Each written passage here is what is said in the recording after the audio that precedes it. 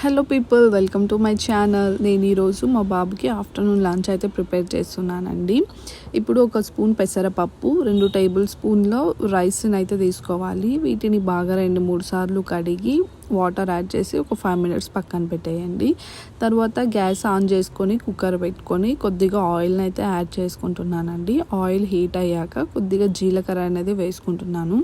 జీలకర్ర వేయడం వల్ల పిల్లలకి డైజెషన్ అనేది బాగా అవుతుందండి. ఇప్పుడు నేను ఒక వెల్లుల్లి పైన అయితే యాడ్ చేస్తున్నానండి. వెల్లుల్లి అయితే ఆప్షనల్, మీరు వెల్లుల్లి ప్లేస్లో ఆనియన్ అయినా యాడ్ చేసుకోండి. వెల్లుల్లి ఆయిల్లో కొంచెం ఫ్రై అయిన తర్వాత ఇందులో క్లీన్గా కడిగి కట్ చేసి పెట్టుకున్న పాలకూరని అయితే యాడ్ చేస్తున్నానండి. పాలకూరని ఆయిల్లో ఒక 2 మినిట్స్ బాగా ఫ్రై చేసుకోవాలి మనం. అప్పుడే పాలకూరలో ఉన్న పచ్చివాసన అనేది పోతుంది. నేను పాలకూరని కొద్దిగానే తీసుకుంటున్నానండి. మీకు కావాలంటే ఇంకొంచెం యాడ్ చేసుకోండి. పాలకూరని ఫ్రై చేసుకున్న తర్వాత ఇందులోనే మనం కడిగి పక్కన పెట్టుకున్న పెసరపప్పు బియ్యంని అయితే యాడ్ చేసుకుంటున్నామండి. మనం పిల్లలకి ఏదైనా ఫుడ్ కొత్తగా అలవాటు చేస్తున్నామంటే ఆ సేమ్ ఫుడ్ని ఒక 2 డేస్ పాటు కంటిన్యూ చేయాలండి. అప్పుడే మనకు తెలుస్తుంది పిల్లలకి ఆ ఫుడ్ సెట్ అవుతుందా లేదా అనేసి. ఇందులో నేను కొద్దిగా పసుపు, కొద్దిగా సాల్ట్ అయితే యాడ్ చేసుకుంటున్నానండి.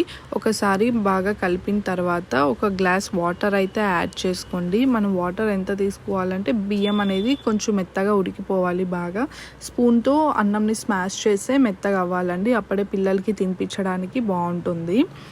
వాటర్ యాడ్ చేసుకొని ఒకసారి బాగా కలుపుకొని కుక్కర్ మూత అయితే పెట్టేయండి. ఒక 3 to 4 విజిల్స్ రానివ్వండి. అప్పుడే మనకు అన్నం మెత్తగా ఉడుకుతుంది. 4 విజిల్స్ వచ్చాక, విజిల్ అన్నీ పోయాక కుక్కర్ మూతనైతే ఓపెన్ చూద్దాం. అన్నం అయితే మనకు బాగా మెత్తగా ఉడికిపోయింది చూడండి. ఇప్పుడు దాన్ని స్పూన్తో స్మాష్ చేస్తే అన్నం మెత్తగా అవుతుంది. సో మా బాబుకి నేను ఇలానే ఫీడ్ చేశానండి. ఇక్కడ నేను స్పూన్తోనే స్మాష్ చేస్తున్నానండి.